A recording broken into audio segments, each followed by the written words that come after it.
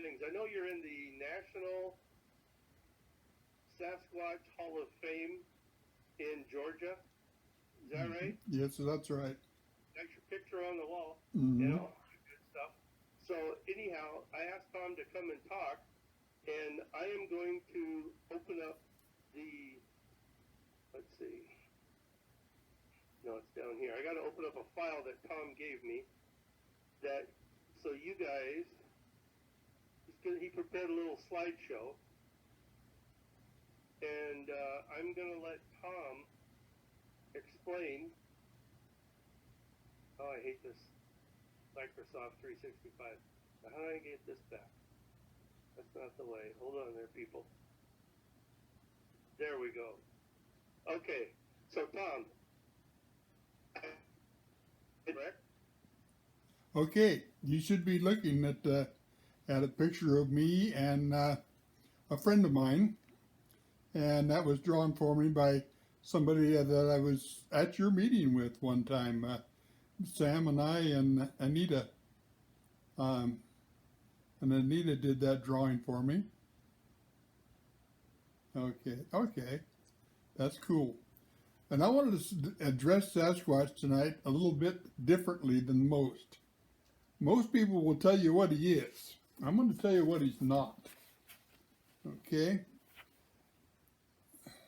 Or at least what they think he is. I'll have to say that. They'll tell you he's a devil, he's a demon, he's a fallen angel, he's Nephilim, whatever that is. He's an ape, he's Gigantopithecus, he's E.T. Actually, he may be more than one of these, or he may be none of them. We get all nature of sightings. Some come from your car while you're driving at 60 mile an hour down the highway. Some are deep in the bushes or across from the next ridge from a mile or so away. I know one well-known now researcher who will tell you everything they are, and his only sighting was from about 2 miles away through a very powerful set of field glasses. The best way, though, is the way that Jane Goodall and Diane Fossey did it. Sit and observe them. Watch what they do. See how they live. Interact with them. Here's a very good friend of mine. Some of you may know him. And this is how I do my research. You see the essential elements there. On the right, you see a big jug of Diet Pepsi. Got my camera there. My Kindle's in my hand. What you don't see is the ice chest down below that's full of fried chicken hips, boiled eggs, and Diet Pepsi. I find myself a spot next to a stream, and I sit my tail down and I wait. They come to me. They'll come to you too if you do that long enough, often enough. They get curious. They need to know what you're doing there. Why are you in their territory and just sitting there? No encounter, no credibility as far as I'm concerned. From the car, no credibility. From the next mountain, no credibility. Noise or a shadow in the brush, no credibility. Face to face, with interactions. Now we're at double A. Or let's go to Fossey and Goodall, and I'm all ears, believe me. I'm ready to talk about that one. I've had 7 of those. California once back in 1978. Yeah, I've been doing this a long time. August will mark 64 years I've been following these beings. Washington, 1972, 1976. 1972 when I got to sit and watch a male and a female picking oyster mushrooms off of down logs and eating them for about 30 minutes. 3 times in British Columbia. The reason being is I did a 5-year study up there with my research partners on their glyphs and structures. So I was there a lot. And once in Alaska back in '04. If tree knocks and night owls are enough for you, if that'll trip your trigger and you're happy with that, go ahead and do that. Knock on the nearest tree to your heart's content. Howl into the night. You'll get answers. You'll get returns. That's all you're going to get, but you'll get those. But if this is what you want, it's going to take more. You're not going to get it off YouTube. It's not there. Yes, there is good stuff on YouTube. Very good stuff. But there is so much garbage on there. The good on YouTube. Bill Munns. Anything you can read that Bill Munns has put on there, do it. Devour it. Bill ran the school teaching people how to make monsters for Hollywood, in Hollywood. He also is a film analyst. He took a first-generation copy of the Patterson-Gimlin film, broke it down not frame by frame, but layer by layer of the emotion in it. He did some absolutely wonderful dimension studies. Go to his channel on YouTube and see what he's done. Brian Bland, my old research partner. I tell people every time I visit him, I have to get my immunization shot against moose bumps, but that's just dealing with somebody from Canada. Thinker Thunker. If Thinker Thunker says it, I'm listening to it. Barb and Gabby. Gabby's no longer with us now. Goldie has taken her place. She's not near the partner that Gabby was, but she's coming along. But these guys do it right. I've been with them, researching with them, for about 7-8 years now, helping them out, helping them get started. They do the forensics right. They have some of the best physical evidence I have ever seen. They know what they're doing. And starting next week, get to be in camp with them all week. A couple of years ago, we were at a lake just east of Chinook Pass, Bumping Lake. It had Bumping is a reservoir on the Yakima irrigation system, and as such, by September when we were there, it's quite low. It's drained down quite a bit, and it rained the first 4 days we were there. I mean, the heavens opened up. It rained so solid.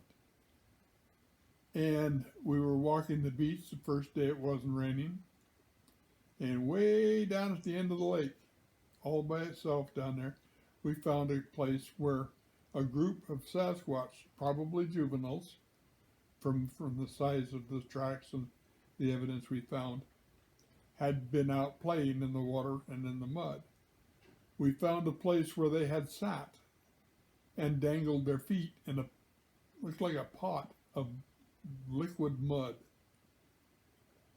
When they got up, they left an impression of a butt. There's actually 3 of them. We cast 2 of the 3. Those casts are so good. You can, on the female, you can see the labia. You can see the anus. You can see the hair striations. On the male, he was quite a bit younger than the female, but you can see the scrotum. And you can see the hair striations. You can see the anus. And next to him, the most beautiful hand casts, handprints. Hand like that in the soil, okay? And about twice the size of mine. Wonderful stuff. Wonderful work. Probably the best physical evidence in the last 25 years. Leanne Carnegie. Leanne is one of the best. She hails from southern Ontario. She has a unique situation in that her family cabin is well back in the woods, well hidden, over 100 kilometers to their nearest neighbor. So if something happens there, she can be quite sure that it's not other people. She has one of the best catalogs on structures you will ever find. And her web presence of Sasquatch, Bigfoot Without Borders, that's it. Bigfoot Without Borders is absolutely fantastic. Videos to watch? Make sure you watch the PGF film. Understand it. Know that it is right and it is real. Independence Day footage. Very good. Provo Canyon. This one's fun just because of how it was done and who it was done by. 4 students up the canyon, just on a day's outing, and they're filming. Stopped by the side of the road, and they're filming down in a basin, thinking they're filming a bear. And the conversation between them. Then it stands up. All you hear is a screech from one of the girls, and the camera goes off. They weren't expecting to see what they saw. Paul Freeman footage. Paul was a friend of mine many years. When he first got his good video, he offered it to, and it was shown by the ABC affiliate in Kennewick, Washington, down in the southeastern part of the state. And I happened to see that. I lived there at that time. And I called the news director, who also happened to be a friend, who we went to church together. And I said, Tom, I need to talk to this fellow. He said, well, I can't give you his number. I said, how about giving him mine? He did, and Paul called me the next day. We got together and got together many times after that. Absolutely great gentleman. Very laid back, not excitable. When you hear that, oh, there he goes in the film, that's about as excited as Paul ever got. Paul was the watershed for the city of Walla Walla, Washington. Lies to the east of town in the mountains, and of course, people not wanting people doing odd things in their water, it's closed off to the public, and that was Paul's job, was to ride that watershed and make sure people weren't getting in. Okay, that's how he happened to be where he was, often enough to find tracks and eventually find what was making the tracks. Marble Mountain footage is another good one. Excellent ideas there. You watch it. Memorial Day footage. Some poo-poo this because ABC, NBC, one of the TV stations, did a thing on it where they had a runner run the same route that the creature in the film ran, and was able to do it as fast. The one thing they don't tell you about that little situation is he never ran it 100% without falling down. Yes, he's a world-class sprinter, and yes, if you took his time and added them together, they were quicker than whatever was in that film did. But Every time that he ran it, he fell down, and they just pieced him together for you. You think he ran it the whole distance. That never happened. How many times have we heard, there are no good pictures of Sasquatch? How come? If everybody's out there with a camera,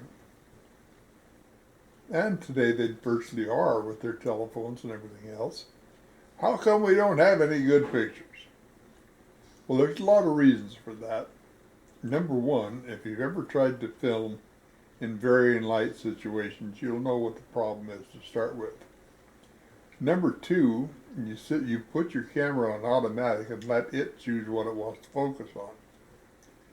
In a varying situation where you have trees and individuals, it's going to pick the biggest object to focus on, not necessarily what you wanted.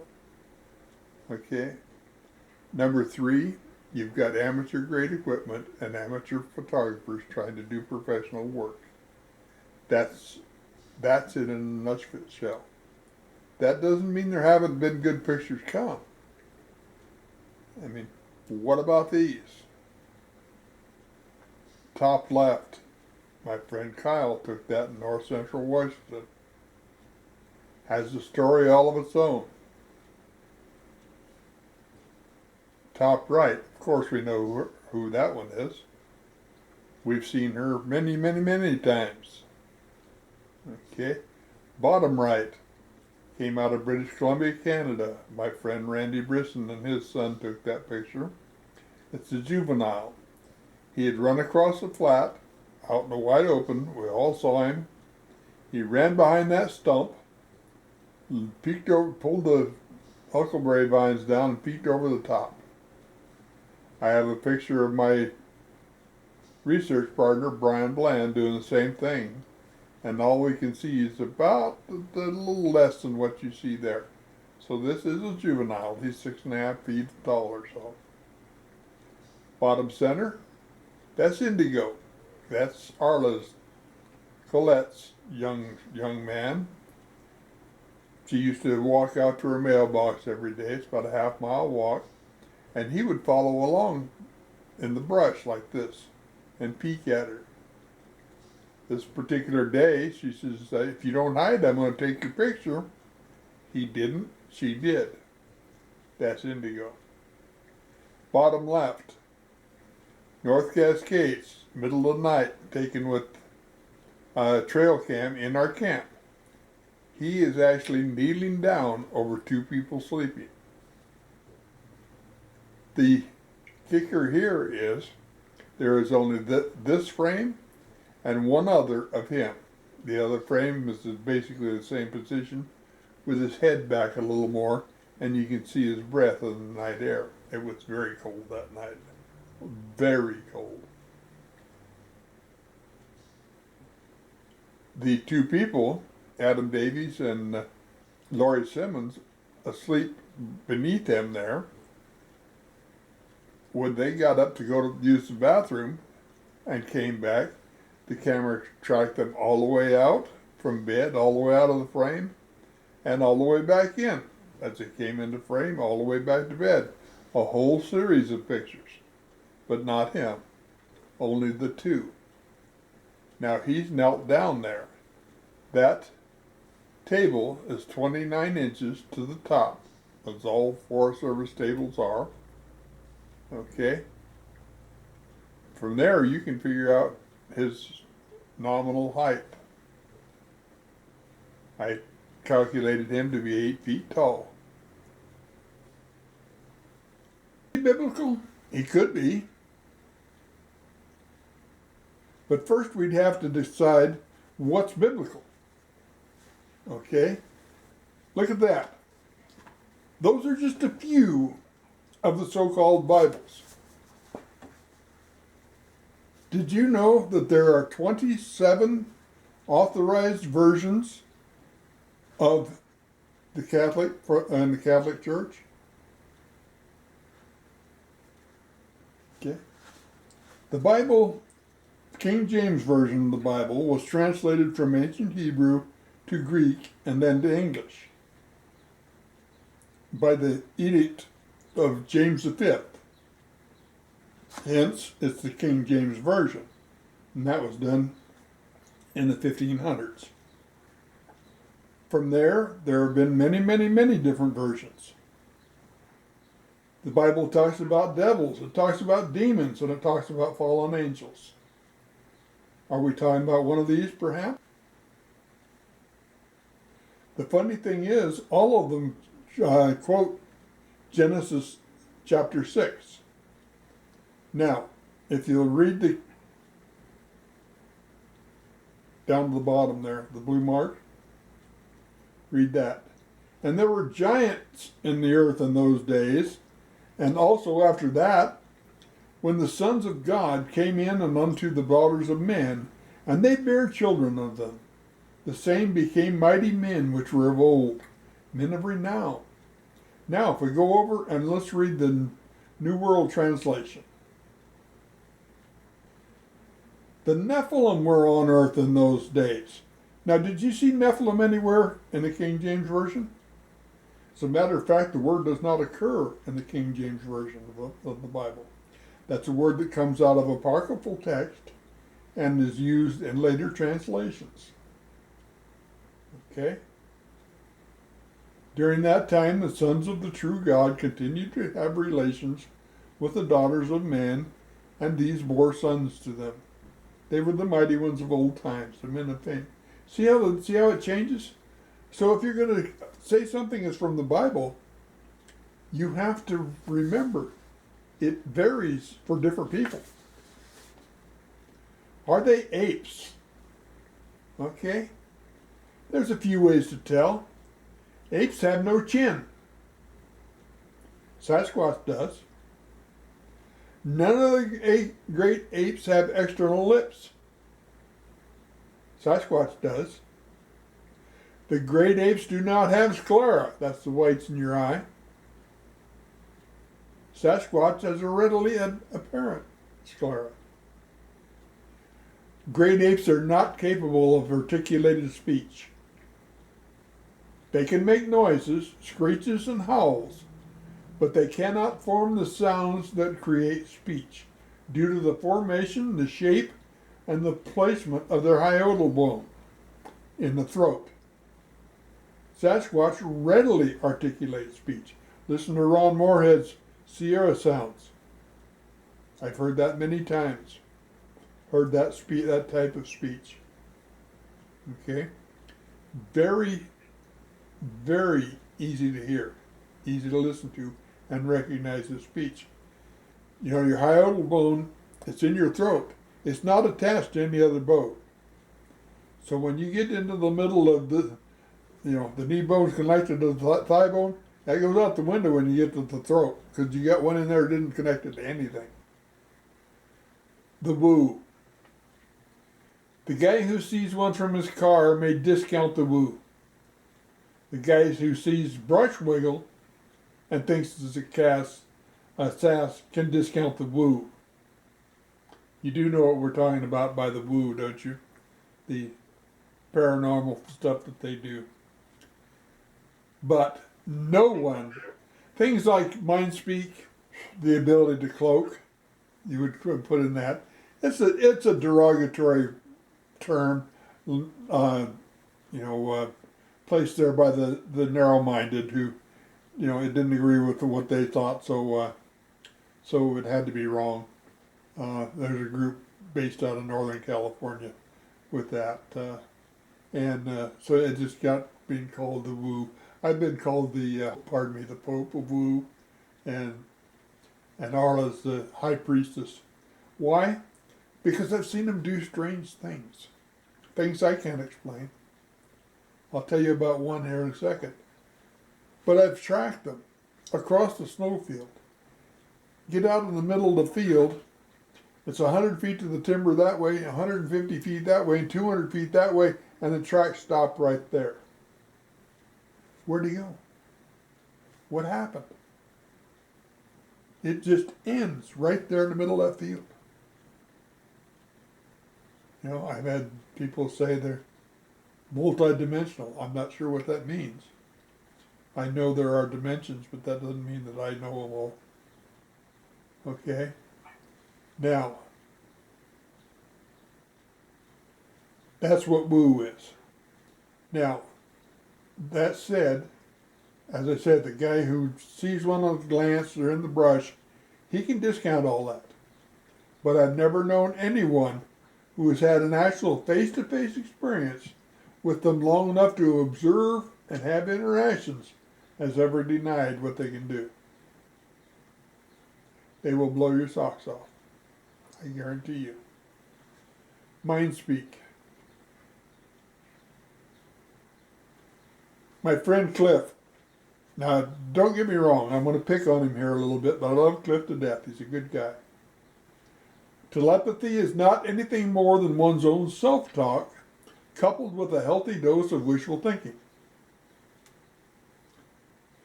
Anybody believe that? Give you a couple stories here. I lived down in Chehalis for many years, and I had a very good friend who lived in Tenino. One night in February, I was coming back from his house. I'd been there for dinner and started back toward Chehalis. And there's more traffic on this in this picture than there's ever on that road. But that's the road between Tenino and the freeway crossing at Grand Mount.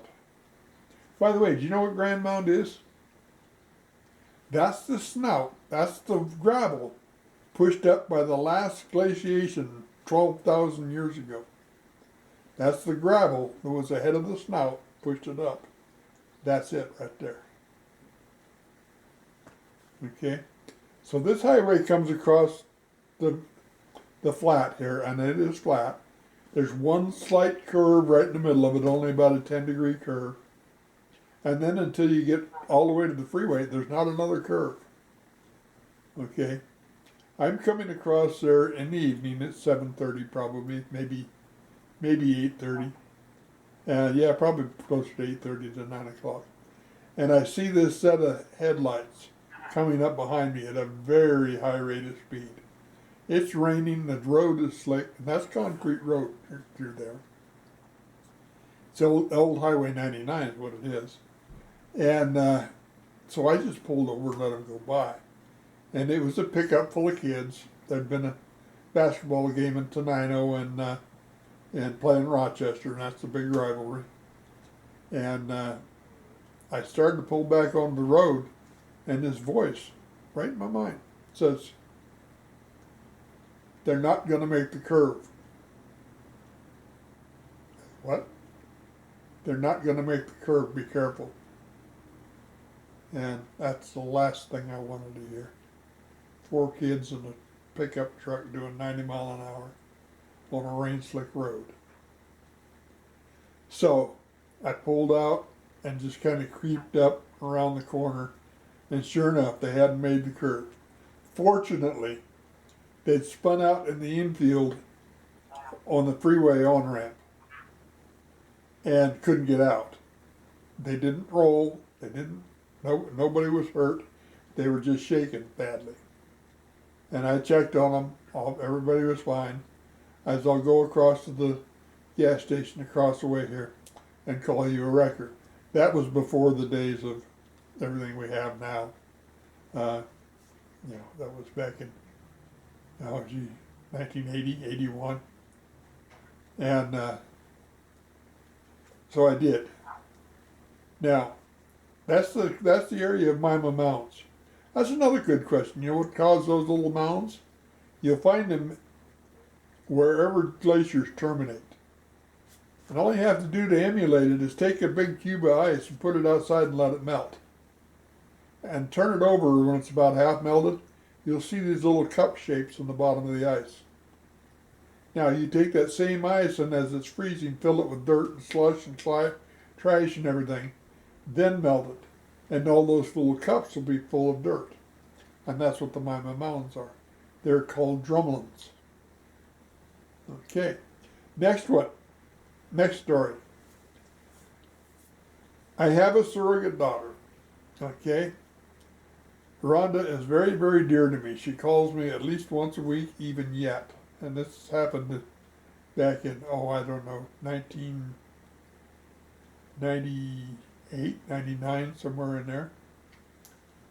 And at the time, I was running the archery counter for a sporting goods store there in Kennewick. And I was on my way home. It was Saturday night.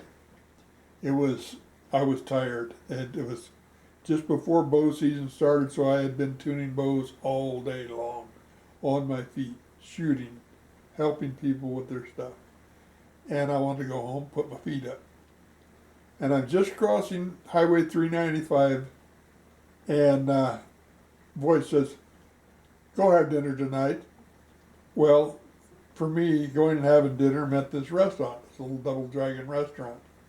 Excellent Chinese food, great pricing, and they're nice people.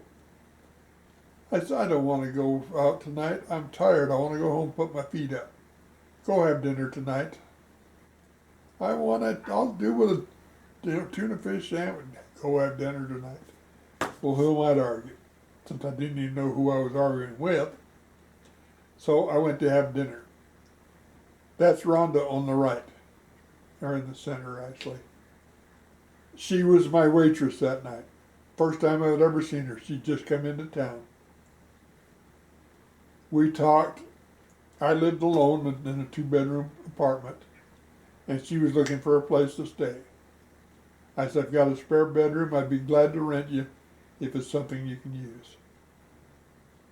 And like I said, that started a relationship where she became my surrogate daughter. Before the year was out, we had her kids moved up with her, and she wanted to shoot, so I taught her how to shoot a bow. She won the championship, Pacific Northwest Championship, the last year she shot before she broke her leg in 5 places and couldn't compete anymore. Such a strange person, strange way to do things. I'd tell her how to do something, look around, and she was doing it. How unique. When I try to teach men, they always have their own way to do it. "Well, I've always done it that way." "Yeah, and you're a lousy shot, and that's why." But no, not why. But she always did it. That's why she became so as good as she was. She worked at it. As you can see by the price list on the right, why I went there so often. Okay, I don't mean to pick on Tom or on Cliff. They're both good guys. Tom's got a good book out, Edges of Science. We had a discussion one time about mime amounts. He's of a different opinion, but yeah, I guess that's what makes horse racing, and that's difference of opinion. A couple of years ago, this is right next to where I live now. My room was, see that little tree on the right, that window on the left behind that tree? That was my room. Okay. I was on oxygen. I used a portable oxygen tank during the daytime, and then at night I took it off and I put my CPAP machine on, and it was fed by an oxygen concentrator. When I did that, my little walker, see the basket below the seat, my walker? I put my oxygen bottle in there along with my hairbrush. This was on a Friday night this happened. I went to bed. I got up next morning, next slide, and this was what was awaiting me. See that? In King County, Washington, there are 2 pairs of breeding golden eagles. And I have a primary wing feather off of one of those pairs. Inside a locked facility, inside a locked room, inside my basket. That's the woo. How did they do that? How did they get that in there?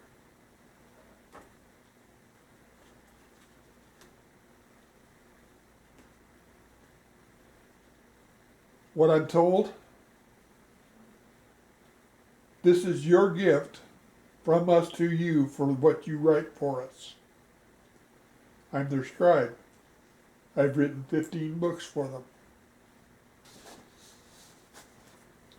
Call to council. This happened in the Blue Mountains a few years ago. I used to hang out with this motley crew quite a bit. They're a lot of fun. Little Robin, she's retired coastie.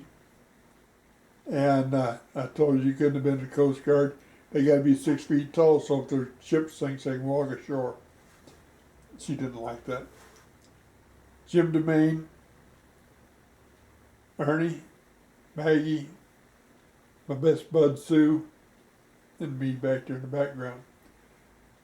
On this day, we were camped up there at a place that we went to often. I went to often. And the third day, fourth day in camp, I step out of my tent, and this is right in front of the tent door. It hadn't been there when I went to bed, but there it was. I interpreted it as a call to council. Doesn't it look like a boardroom table to you? It did to me, and that's what I interpreted it as. Well, that afternoon, I'm sitting at the campfire, because we needed one, it was cool, and I heard noise up on the ridge. So I walked down where I could see what was making the noise. There were 5 Sasquatch standing there.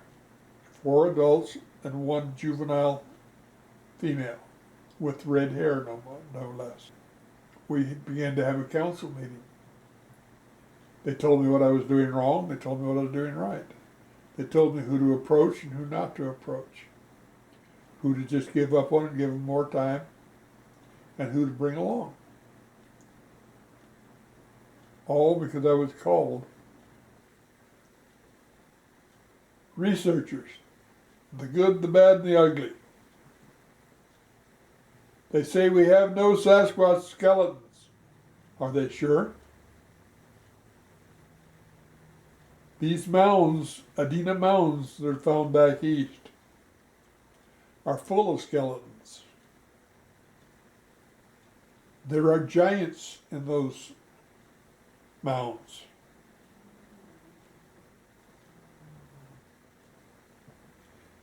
This is the Great Serpent Mound in Ohio.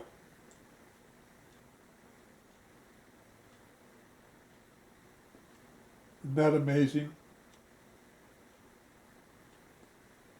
And the other picture is of a weathered mound.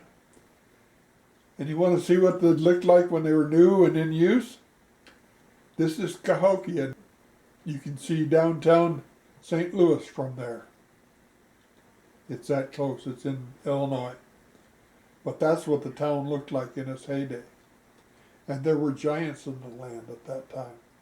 Does that look a little bit different than what we were taught in 4th grade? Skeletons, giant skeletons were removed from these mounds. I have a friend named Jim Vieira.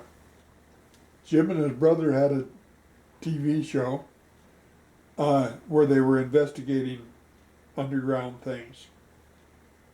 Jim wrote a book on the giants. They have newspaper articles from newspapers all across the country of digging up these mounds that were populated by giants. And they were taken to the Smithsonian and they disappeared. If you went there today, you would hear that they never existed, that nobody ever brought them any, that they didn't have any. Yet they have pictures of them when they dug them up, a lot of them. Absolutely. They have newspaper articles naming the professor that was in charge of the dig, who he was, where he was from, what the disposition were of all the artifacts, and most of them went to Smithsonian. The one on the right is one of those giant skeletons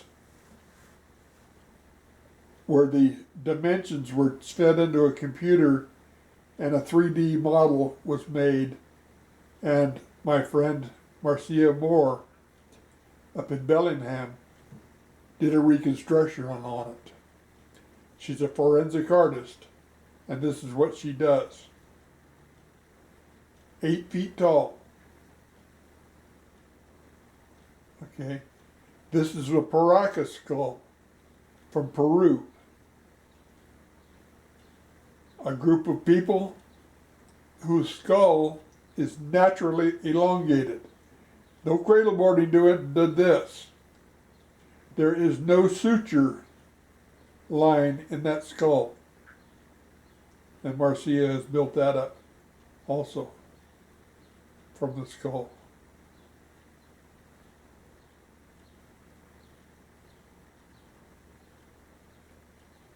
But no, they never got any of those. Researchers. This is Gabby. We lost Gabby a few years ago. We miss her. She wasn't our dog. We were kind of her people. She took care of us. Oh boy, could she find Sasquatch. She knew just where they were. She was good friends with them. When these people talk, Tom listens. Experiencers, Arla Colette, Brian Bland, Bob Gimlin, Randy Brisson. My best friend in the world, Bob Gimlin. Researchers, some of the best to be found. Okay? Jeff Melder, great at what he does. Don't let him tell you how they live, he doesn't know. Jeff and I have a very strange relationship. We disagree with about 60% of what one another says, but we don't have to be disagreeable in doing it. We shake hands and we go home friends. I never listened to Jeff, but when I learned something new. Okay? He doesn't know anything about Sasquatch other than how their feet are put together. Okay? Just suffice to that. Kathy McCrae back in Utah. Richard Stewart Taylor. His story, chapter 6 in the book Sasquatch Face to Face. Okay? Why? It's absolutely essential to understand his story. He was totally anti-woo.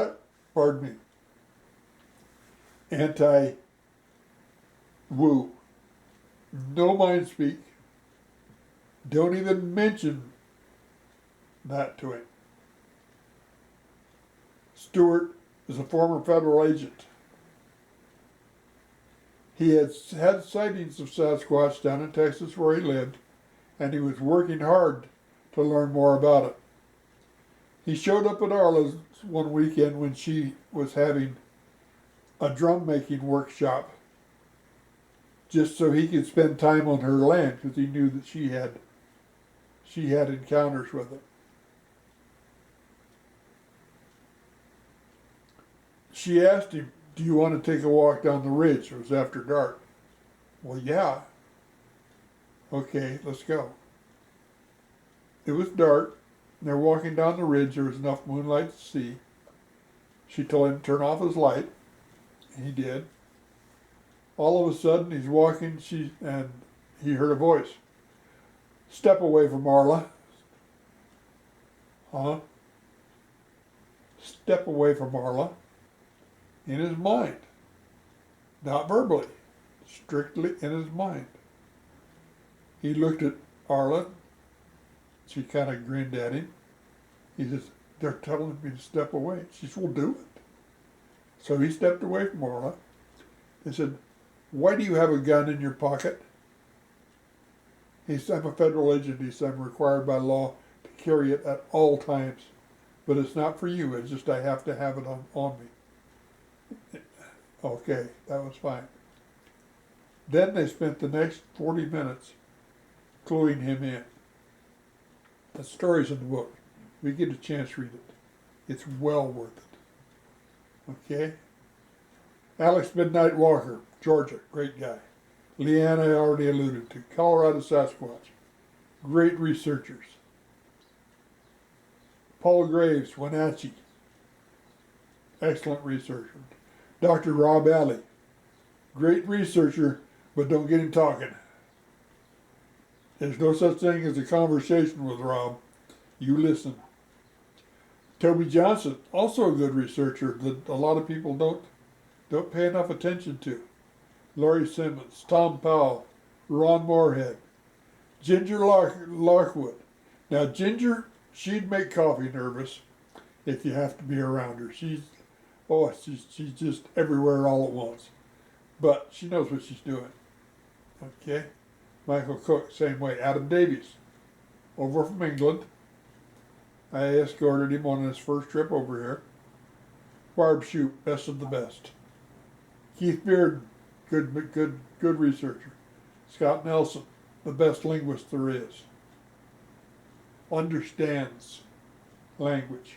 He was a cryptolinguist for the Navy for 20-some years. Okay? Got out another 10 years on his own time. My perfect team. What's it take to make a perfect team? It takes a loner. Somebody that's not afraid to go out by themselves and sit for hours and just think and watch and listen. It takes a videographer. Somebody's got to record what you're doing, what you're finding. It takes an audio expert because you're going to hear things you won't believe. It takes a photographer because you have to have stills. And you have to have a professional photographer. You have to have somebody that can use a camera in manual mode, not automatic. Because when it's on automatic, it focuses where the camera wants to focus, not necessarily where you want it. It treats the light the way the camera wants to do it, not the way you want it. Okay? And you need a forensics person. We have some of the most beautiful, beautiful fingerprints, handprints. And until we got a kit, couldn't do a thing with them. You need a resident skeptic. Now, people laugh at me when I say this, but you do. Sue was my resident skeptic in our group. Not to say that, they don't exist or this isn't, but why is this one what you think it is? What keeps it from being created by Joe Blow walking through here? So it sends me back to find more evidence. Everything has to be corroborated, doesn't it? You need witnesses to it, don't you? That's what your resident skeptic does. They don't just accept it. They do it. An organizer. Somebody has to organize me or I'll never get there. Okay? Especially now with my short-term memory, what it is. This getting old stuff isn't for sissies. I want you to know that. Okay? You need a charismatic figurehead. Somebody that people can look up to. Okay? You need that, FDR figurehead, JFK figurehead. You need a journalist. Somebody who can make notes and write and tell the story. And lastly, you need the troops. You need the boots on the ground. This is Barb's group, and we're at the point where I first met my teacher back in 2010. That's Bob back there in the background, Bob Gimlin, and me, and we're sitting down going to hear that story. This was back about 2015 or 16, something. something like that. I want to know, has there been any time that you were scared? Not me. No, not me. I started this in 1958, and the only thing out there that has the capability of scaring me wears shoes. There's some people out there that are scary, but Yeah. but none of the local denizens. I tell people, if you think you have an aggressive Sasquatch or one that's being belligerent, call me. I'll come stand between you and them. All you have to do is talk to them. Yeah. Okay, that's all. Okay, and then Barb has online, or Bobby online, she has a question. Bobby, go ahead. Okay. Okay, so I got a phone call, so I came in when you were talking about the Mima Mounds. I lived down in Olympia for a little while.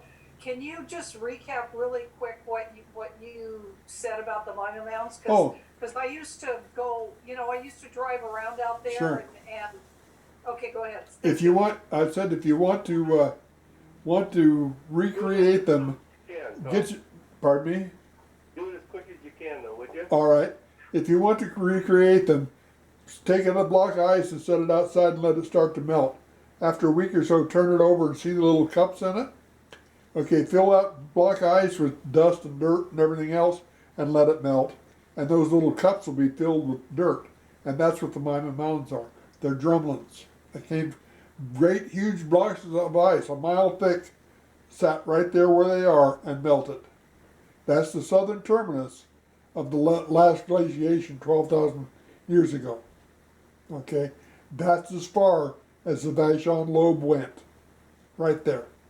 Okay, you can find the same thing with the Montane glaciers south of the Dalles, down in Oregon. You can find Mima Mounds there. Interestingly enough, wherever they're found anywhere in the world, they're Mima Mounds. Okay, but those are Montane glaciers. They came out of the Cascades and ended and melted. Okay, that's what I said. Okay, thank you. Appreciate that. Okay, Tom, that you gave us a lot of information and explained some of it. I appreciate you doing that. My website is just my name.com. Okay, TomControl.com. that's right. Okay. I started out when I first set it up, it was the name of my first book, but 12 books later, the name was a little long, so I decided just to go to TomControl.com and list all the books there separately. Sweet. All right. Well, good. Thank you. Thank you very much. Tom,